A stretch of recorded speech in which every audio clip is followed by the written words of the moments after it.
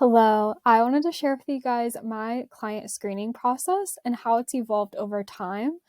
Last week, I did 5 discovery calls, and I've really noticed the kind of quality clients I'm drawing in and how having this screening process has really improved my business, and how I think that having this in your business would improve it too. So, without further ado, let's go ahead and get started.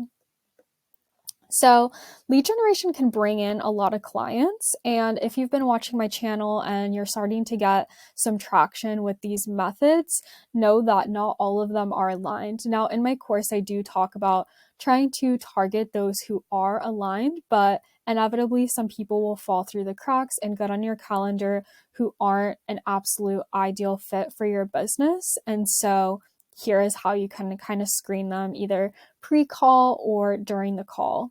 So more clients and more money are not always the fastest way to track success in your business, in my opinion, because you can get 10 clients this month, but if not all of them are aligned, then you're spending your energy in unaligned places rather than focusing on the valuable clients that you have and focusing on building the relationships with them, getting more of those people. Actually, bringing on a client that's not aligned costs you time, costs you money, and then you're not having the space in your business for someone who is aligned. And this can happen, I think, a lot of times because we see that this person's willing to pay us and we want that quick hit of cash. But I do think that that's probably not the fastest way to success in a business. And I've learned that through trial and error. So I'll share with you today a little bit of my learning process and what I do now. So I have done for you lead generation services. And what that is I actually go into clients' accounts and I engage for them. Sometimes I ghostwrite, so I am the client and I'm just responding to their messages. Other times I am a team member, so I do respond as myself. And I'm in the accounts just managing all of that. And before, what I would do is anyone who is willing to pay for this service to me, I would pretty much accept. So if anyone was like, hey, that actually sounds good. I don't like lead gen. Can you come in and do it? And I would give them my prices and they would say, yeah, that sounds great. And I would get in. But I didn't have really strict criteria of what I was looking for in their business. And it led to a lot of burnout, a lot of, unspoken expectations. So they would, they would want me to help them with their business and almost have this like miracle working time of, being able to bring them in clients, and yet nothing was set up.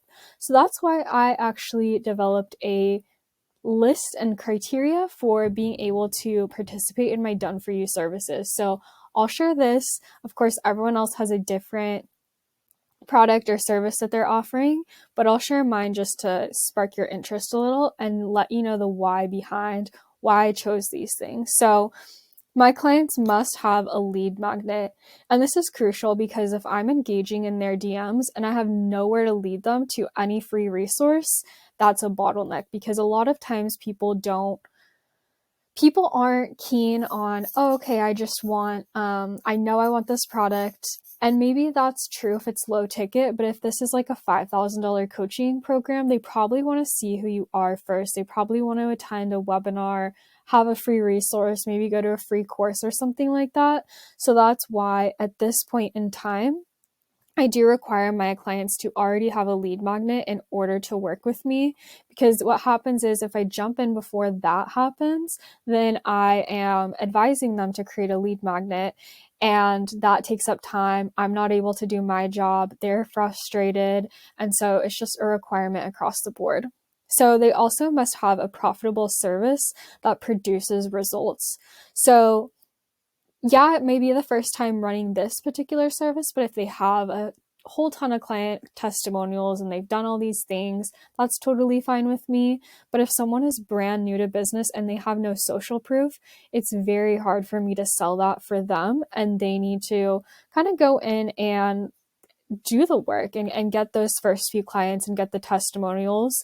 Just like running ads, if you're running ads to a service that you don't know works, then you may get some people coming in, but your offer is not refined enough. So again, this is just another thing that I require now, because I had worked with clients before that didn't have clients, and that was a very difficult sell.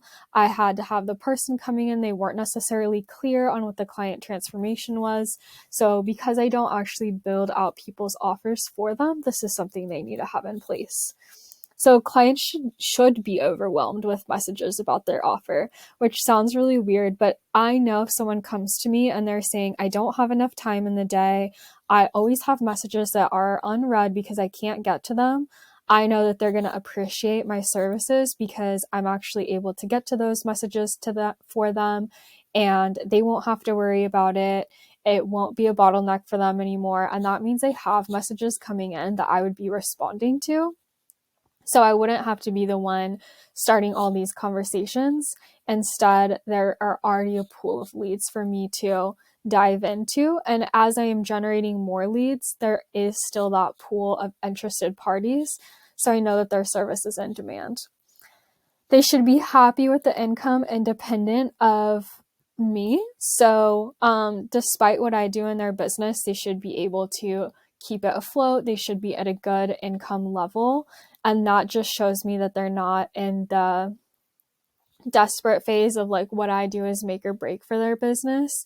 They should be able to keep afloat with what they have right now. And I'm just a amplifier to what they're doing. If they're not at the point where they can self-sustain the business, I would just reroute them to one of my other offers.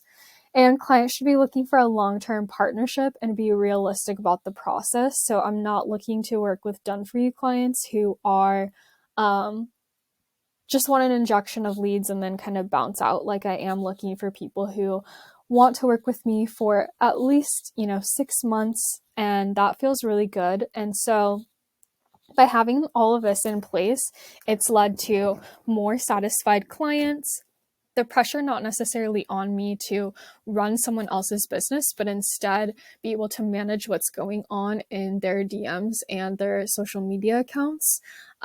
It's led to greater client satisfaction because, like I said, if they're already overwhelmed and I'm taking that away from them, they're going to find, positive results within the first day. And so it's not dependent on me getting them 100 clients. It's dependent on like, oh, okay, like someone is coming in and they're able to filter all this for me. And by me doing that, they actually will get more clients because they're able to respond to each opportunity and even find more opportunities that they weren't able to get to. So with all that being said, I just want to emphasize here that this has led to a greater satisfaction for me in business as well, because now I am not stuck on, oh, I got to follow up with this person, make sure their lead magnet's done. Oh, this person is unhappy. And that would create this huge energetic week where I was just focused on that all day rather than being focused on actually getting the work done and helping people who were at the stage in business that I can serve them. So by setting up clients for success, you ensure that they have all the necessary components in place before working with you. You're actually helping your clients release some time-consuming activities if that's the kind of business that you're in. Creating instant gratification for clients. This is going to help them stick around for a lot longer. Like I said, if someone's overwhelmed and you just take the messages off their hand, that's instant gratification right there. And people are more likely to stick around with you if they find that your service gives them some sort of benefit within the first 48 hours. And in all of this, enhancing the process and providing them an ROI. So if your service is able to provide them a return on the investment that they're paying you on, all the better. Okay, so personal alignment. This is also really important when you are selecting which clients you'd like to work with, because communication and connection with clients are so important. So you should be working with clients who have a mission and business that aligns with your values. So in this case, for me, I try and find businesses that I would actually pay to work with, because I know that it will be much easier to talk about their services, actually be able to buy into the mission, show up for work every day, want to be in their accounts having these conversations. And it's so fun because with the clients I choose now, I am actually like so in love with all of their businesses that I would share it publicly on my profile. And I wouldn't ever say that I was in a business where I didn't stand behind what someone was doing, but I think I've even gotten more clear on these are the types of people I want to work with, and I stand behind their mission so much that even on the worst days, it's easy to show up for them. And this can create excitement and prevent burnout. So if you're kind of like chugging along trying to do all this work on the long days and it's not something exciting for you and it's just, you're trading your time for money, it can feel exhausting. Where if you really feel a bit like you're a bigger part of this mission, it will just drive you to get through the long days, the busy seasons, and you will be more successful in that environment.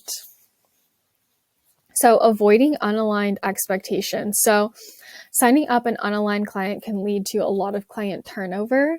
And in the business that I run, the onboarding process is so intense for me because I learn someone else's voice. I learn all about their programs, their services, their pricing, their client objections, the way they run their social media accounts.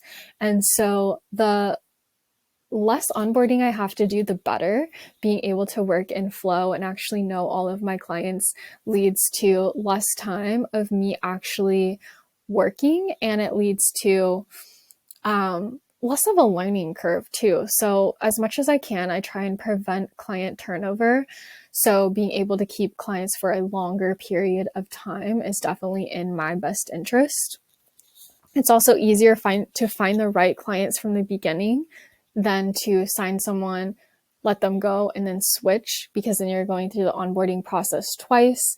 You're meeting two different people, a lot of energetic exchanges. So if you actually wait around for the right client, it can be easier. And just imagine this, like take January, because we're in January right now. And if you're watching this later, let's just pretend it's January. So if it's the first week of January and you might sign a client and it's kind of iffy, but maybe they're going to leave you at the beginning of February, where maybe if you waited 2 more weeks, you had the right client and they'll stick with you through July.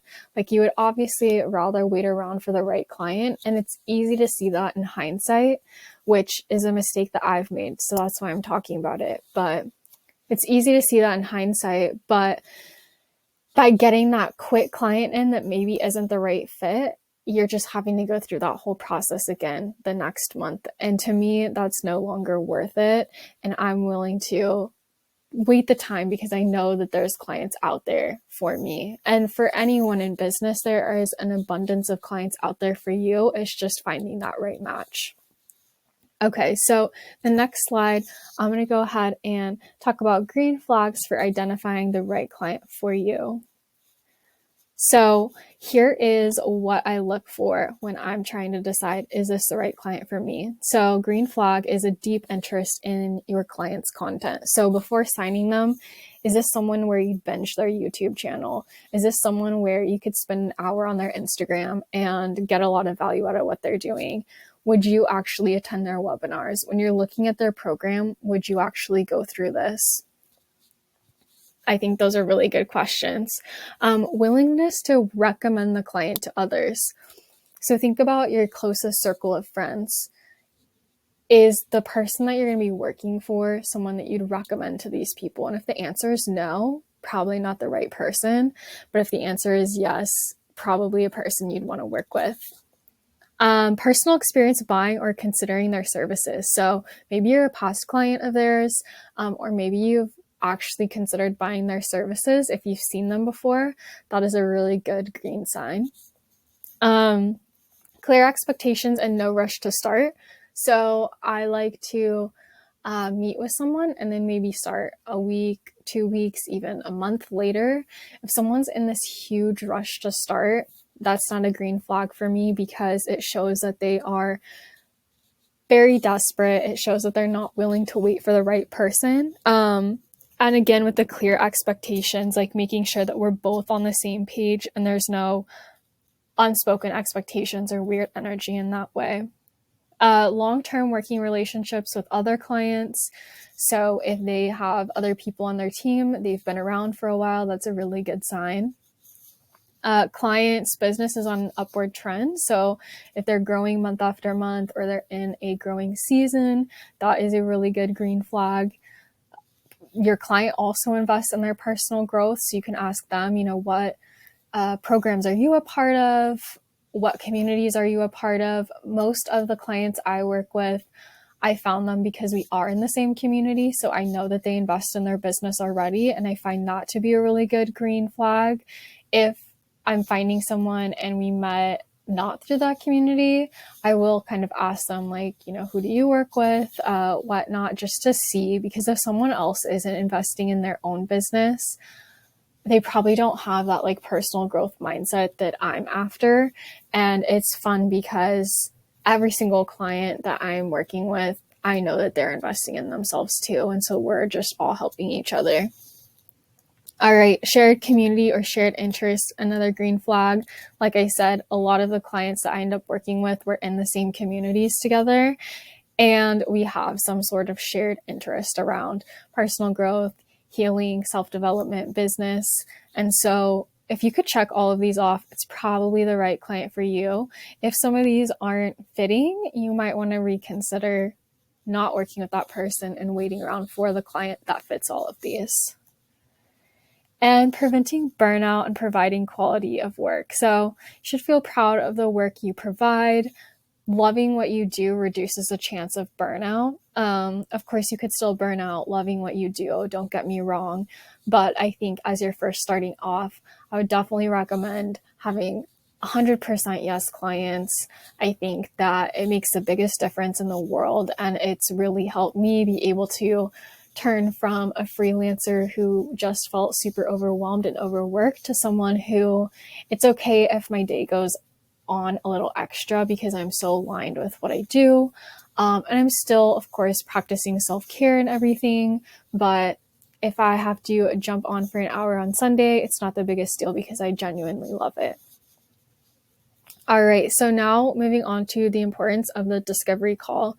So ensuring that you're 100% yes for working with the client on the discovery call, to me, is the main point. Of course, there's other questions you're going to ask, like pricing, making sure that that feels aligned, kind of what the expectations are on both sides, what the business is. And so when I walk away from the call, I want to be able to feel that 100% yes. It's kind of just a client screening process, as you will. You probably already know this person unless they had a direct link to their calendar, which I don't think I have a direct link to my calendar anywhere right now. So every person who ends up on my calendar, I've actually spoken to before and have already kind of screened, is this someone worth my time getting on a call with? And chances are that's a yes. And just taking a pause before you make this commitment. So feelings can run really high when you're first meeting someone. And so a practice that I like to implement now is, instead of saying yes right away on the call, unless you've had a previous conversation, I like to just give it time and be like, this feels really good. Let me check in with my schedule. Let me check in and make sure I could take this project on. Let me just give it 24 hours to make sure it's still feeling good. You can say all of those things, but I think taking the pause is really important, because before it would just be like, oh, this is so exciting. And then all of a sudden you're agreeing to something on the call that you had no idea was going to happen an hour before. And so, yeah, taking a pause before making a commitment, super great. Okay, so in conclusion, I would say always consider ways to make sure that you are signing the aligned clients in your business. If you do have any questions around this, please drop them in the comments, and definitely create boundaries around who you want to work with, because it makes the sales process so much easier, client fulfillment so much easier, and just owning a business so much easier in general. So please like this video if you did find value from it. If you learned something, let me know, and subscribe if you want more tips on freelancing, business, lead generation, all the things. Looking forward to seeing you in the next video. Thanks for watching.